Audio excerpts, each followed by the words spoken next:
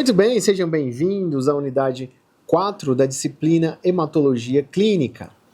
Nós já fizemos aqui um panorama desde da origem das células, das células sanguíneas, até agora a parte que nós vamos falar sobre os leucócitos. Então nós vamos falar aqui, anteriormente nós falamos sobre os eritrócitos, a parte eritrocitária, as células vermelhas ou glóbulos vermelhos ou hemácias, a parte primeira do hemograma, certo?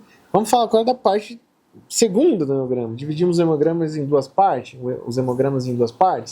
Então a primeira a gente falou da série vermelha, A gente falou de hemácias, hemoglobina, hematócritos, estou falando pela ordem, Índices hematimétricos, VCM, CHCM, CHM, CHCM, RDW. Aí agora a gente vai entrar na outra parte e nós vamos falar de leucócitos. Quem são os leucócitos, Os leucócitos, para quem já fez imunologia, já sabe que os leucócitos são células de defesa. Muito bem, você sabe já que é uma célula de defesa, os leucócitos, Lembre-se que ele tem origem tanto linfóide, que vai ser a parte dos linfócitos, LNK, e origem mieloide, que nós vamos ter lá a parte dos granulócitos, alguns granulócitos ali. Muito bem, então, células de defesa que vão atuar lá nos processos inflamatórios e nos processos imunológicos, E o que acontece? Os leucócitos, eles vão estar divididos em tipos. Nós vamos ter granulócitos e agranulócitos, tá certo? Quem são os granulócitos? Eosinófilo, basófilo, neutrófilo. Essas células são granulócitos. O que é o grânulo? Professor, o grânulo, eu lembro da hematologia básica, que o grânulo são aqueles fragmentozinhos, pedacinhos, Nas imagens que você tem no seu material, mostra muito bem isso. E os agranulócitos, eles não têm, grânulos, não tem fragmentozinhos expostos dentro do seu citoplasma. Muito bem. Então, já entendendo isso, a gente vai produzindo aqui mais conteúdo, vai dizendo aqui o seguinte, os leucócitos também têm suas origens, a gente vai chamar de glóbulos brancos, São nucleados, eles têm características específicas, Eles têm núcleos, tá? Da onde que vem isso, professor? Ora, tem fator de geração de colônias, ou fatores estimulantes de colônias de granulócitos lá na hematopoese, tá certo? Ou na hematopoiese. Lá, neste momento, a gente vai ter as divisões linfocitárias e mielocitárias. Quando acontece essa divisão, a gente vai conceber aí essas fatores geradores de granulócitos, assim como os de não granulócitos, e assim como as outras linhagens, por exemplo, de interleucinas e tal. Lá na imunologia vocês estudam essa parte, das interleucinas. Então, o hemograma vai trazer para a gente uma contagem também diferencial dos leucócitos. Na clínica, onde a gente observa isso? Quando o paciente apresenta ali a coleta de sangue, quando faz a coleta de sangue, a gente vai ter aquela série vermelha que a gente avaliou na anterior, mas nós vamos ter aqui a parte dos leucócitos. Os leucócitos, eles vão estar lá na parte de células brancas, que a gente chama de células brancas, ou seja, na contagem diferencial eletronicamente, a gente tem hoje equipamentos que já fazem essa leitura, mas a gente pode fazer isso também numa contagem diferencial por microscopia direta ou uma análise diferencial microscópica, A gente pode, na coleta, fazer o esfregaço, Hoje as máquinas praticamente fazem todo esse processo, Mas a gente pode também, há locais que não fazem dessa forma automatizada, robotizada, eletronicamente programada para isso. Então, quando não há essa opção, a gente vai para a opção manual. A opção manual como é? Coleta do sangue, vai no tubo específico, esses tubos específicos vão trazer para nós ali a avaliação do que se tem dentro do sangue do paciente. Se tem um sistema leucocitário ativo, a gente vai encontrar células específicas, Dentre elas, nós vamos ter aqui, por exemplo, neutrófilos. Neutrófilos ou segmentados, na sua apostila e no Atlas de Hematologia Clínica, você pode acessar também e olhar tudo isso que eu estou dizendo para você aqui. Lá você pode comparar todas essas células em formato original e fotos reais dessas células. Mas na sua apostila também tem as origens aqui, os desenhinhos, as imagens ilustrativas, para que você acompanhe. Tá? Então, dentre essas células, nós temos neutrófilos, ou segmentados. O que os neutrófilos fazem? Eles também eles têm um valor de referência ali entre 50% a 70% dos leucócitos totais devem ser os neutrófilos, né, os segmentados. Então eles são os grandes fagócitos do nosso sistema, da nossa resposta imune inata, né? É capaz de destruir por fagocitose, degranular, né? Formar ali alguns fragmentos, né, de células por fagocitose, tá certo? Então, o valor absoluto dele ali é de 1.500 a 8.000 células por microlitros. E a gente também tem o valor relativo em percentual, que vai ser de 40% a 75% dos casos, mais um padrão é de 50% a 70%, ok? O que a gente pode interpretar dos neutrófilos? Ora, se eu tenho um valor acima do normal, eu falei para vocês, vamos pegar um valor médio que é entre 40% e 75%. Se eu tenho um valor acima de 75% da quantidade de neutrófilos naquela amostra, no sangue daquele paciente, significa que eu tenho um valor acima do normal. Esse valor acima do normal pode indicar o quê? Infecções. Os neutrófilos, né, ele tem uma característica importante, quando a gente estuda a imunologia, né, principalmente na resposta inata, os neutrófilos, eles têm tropismo fazer fagocitose de bactérias. Isso sim, verdade. Então, algumas inflamações também, mas as infecções bacterianas certamente são taxiadas e fagocitadas pelos neutrófilos. Então, se eu tenho um valor acima do normal, eu vou chamar de neutrofilia, certo? Se eu tenho um valor abaixo, né, de 40%, por exemplo, eu vou ter um valor chamado neutropenia, certo? Neutropenia, aí eu vou ter outra condição, pode ser infecções virais, né, problemas na medula óssea, alguns medicamentos, algumas doenças imunes pode levar à neutropenia, tá certo? Então, a neutropenia é essa diminuição ali de neutrófilos, tá certo? E aí, o que acontece? Com isso, se eu tiver uma alteração, por exemplo, abaixo dos 40%, eu vou mexer nos leucócitos totais. Então, eu vou ter uma leucocitose, né? Uma leucopenia, desculpa, melhor dizendo. Um valor abaixo. E se eu tiver ao contrário, um aumento, por exemplo, de 75% de neutrófilos lá na minha amostra, eu vou ter uma leucocitose, ou seja, um aumento do número total de leucócitos, né? Com padrão médio de 11 milhões por metros cúbicos, né? A gente vai ter um valor muito alto ali acima disso, aí eu posso ter um problema, né? Então, a gente também tem que dar um nome para isso. Quando eu tenho um aumento, eu tenho leucocitose, aumento dos leucócitos. Quando eu tenho diminuição, eu tenho uma leucopenia. Muito bem. Então, tudo isso está relativo ao quê? A causas, né? Eu posso ter causas, evidentemente. Eu posso ter uma leucocitose, um aumento de leucócitos por conta dos neutrófilos? Posso. Posso ter uma leucocitose por aumento de linfócitos? Posso também. Eu estou falando já das outras células. Posso ter também aumento por eosinófilo? Posso. Posso ter por monócito? Posso. Então veja, a minha leucocitose avaliada naquele paciente pode estar relacionada a qualquer uma dessas células de defesa, tá certo? Então isso é importante a gente entender, tá? Aí tem também alguns tipos de leucocitose, por exemplo, leucocitose reacional versus leucemia. Então é importante a gente distinguir isso aí.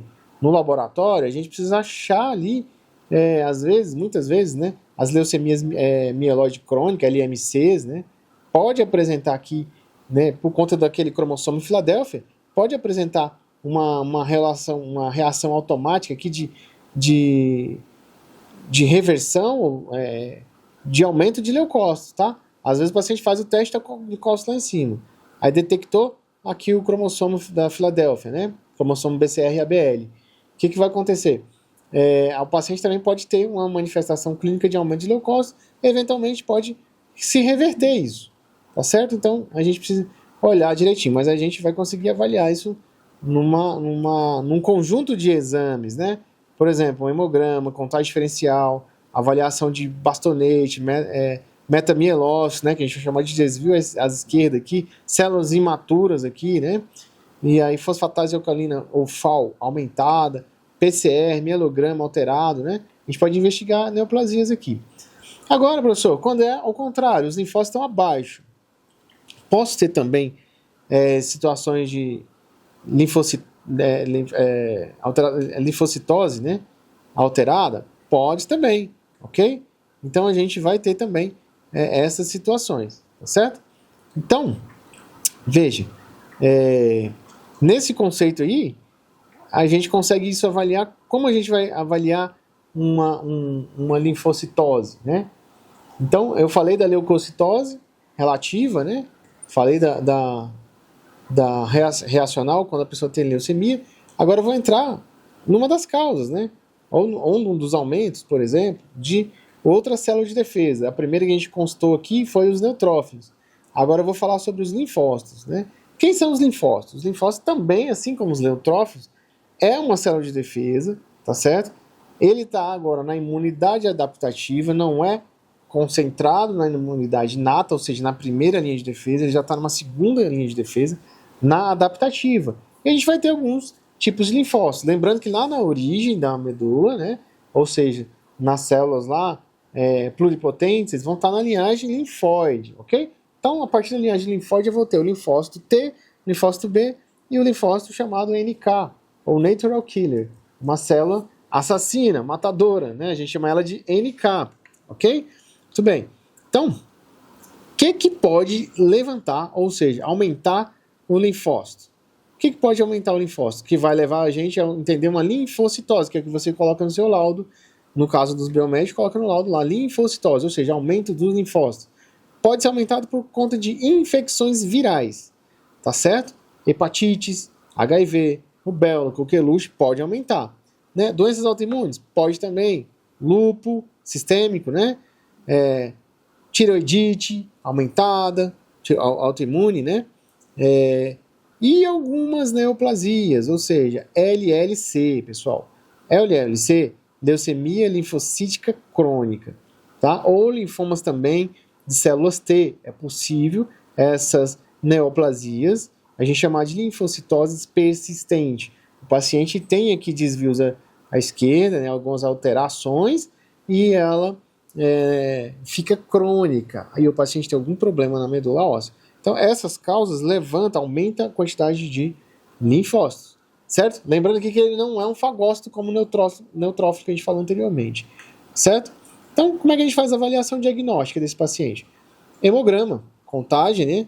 Esfregaço ali sanguíneo para avaliar linfócitos atípicos, reativos, tá? Imunofenotipagem também é um diferencial para a gente ver se é uma linfocitose reacional. A reacional é aquela que aumenta e diminui e regula, né? Ou é uma neoplásica que a gente vai ter uma característica crônica, tá certo? Sorologias virais também ajudam a gente a entender um pouquinho desse linfócito.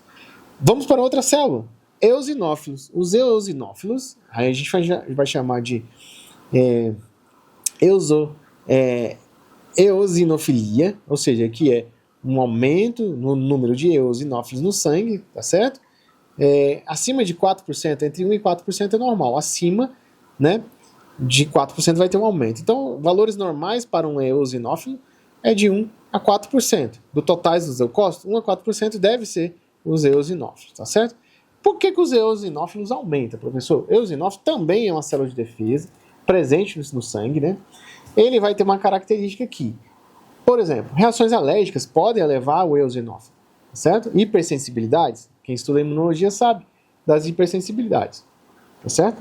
Então, as hipersensibilidades podem levar a um aumento do eosinófilo. Mas tem uma outra característica, que é em relação à parasitose. Por exemplo, os eumintos, na parasitologia, vocês estudaram, eles também podem levar um aumento ali, né?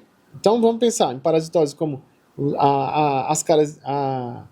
Ascaris lumbricoides, né? Ascaridíase, esquistossomose, ancilostomídeos, tá certo? E entre outras, ok? Podem levar também um aumento dos eosinófilos aqui, tá certo? E as alergias, rinite, asma, dermatite tópica, reações a alguns fármacos pode levar também. Agora, doenças autoimunes mais específicas, né? Por exemplo, lúpus e Churg-Strauss é uma doença. Churg-Strauss é uma doença autoimune, tá? Que é uma síndrome, na verdade, que leva também a um aumento. Linfoma de células T, pode levar? Pode, tá certo? Pode levar também. E causas idiopáticas, que a gente chama, que aí algumas sensibilidades específicas que a gente não detecta, né? E aí, a gente, nesse momento, eu trouxe exemplos destas células, mas lembrando que você pode acessar o Atlas de hematologia clínica. Nesse atlas vai ter continuidade sobre esse material, só que com imagens reais para você entender. E tem mini textos também te ajudando a compreender um pouco mais, né, essas células importantes, tá certo? Então, como que você sabe diferenciar um do outro, né? Como que eu sei, professor? Isso é importante você estudar. Por quê? Pessoal, quando a gente está lá no laboratório fazendo a contagem diferencial, ou você é designado para fazer isso, você precisa lembrar, né? Qual a característica, por exemplo, do eosinophilo que eu acabei de falar? Ele tem 2 núcleos, né? Eu tenho um citoplasma mais alaranjado pela coloração que eu faço, ele tem grânulos, né? Eu tenho um basófilo também, que tá lá, né? Ele tem característica basofílica, são granulócitos que eu estou falando. Eu tenho um neutrófilo segmentado, eu sei que ele tem 3 ou 4 núcleos, então por isso que chama de segmentado, com acima de 3 núcleos, né? Eu tenho um linfócito, que pega quase todo o citoplasma inteiro ali, tem um monócito, que vai ter vacúolos, né? Tudo isso eu falo com vocês no laboratório, né? Quando vocês têm aula comigo na prática, vocês lembram dessa parte aqui. Muito bem, então, finalizando agora a unidade, tem mais coisas para vocês olharem, analisarem. Eu deixo isso para vocês consultarem o Atlas, que fica mais amplo ainda, e você abrir os horizontes e analisar muito melhor essa parte clínica da hematologia, que é bem interessante. Nos vemos na unidade 5.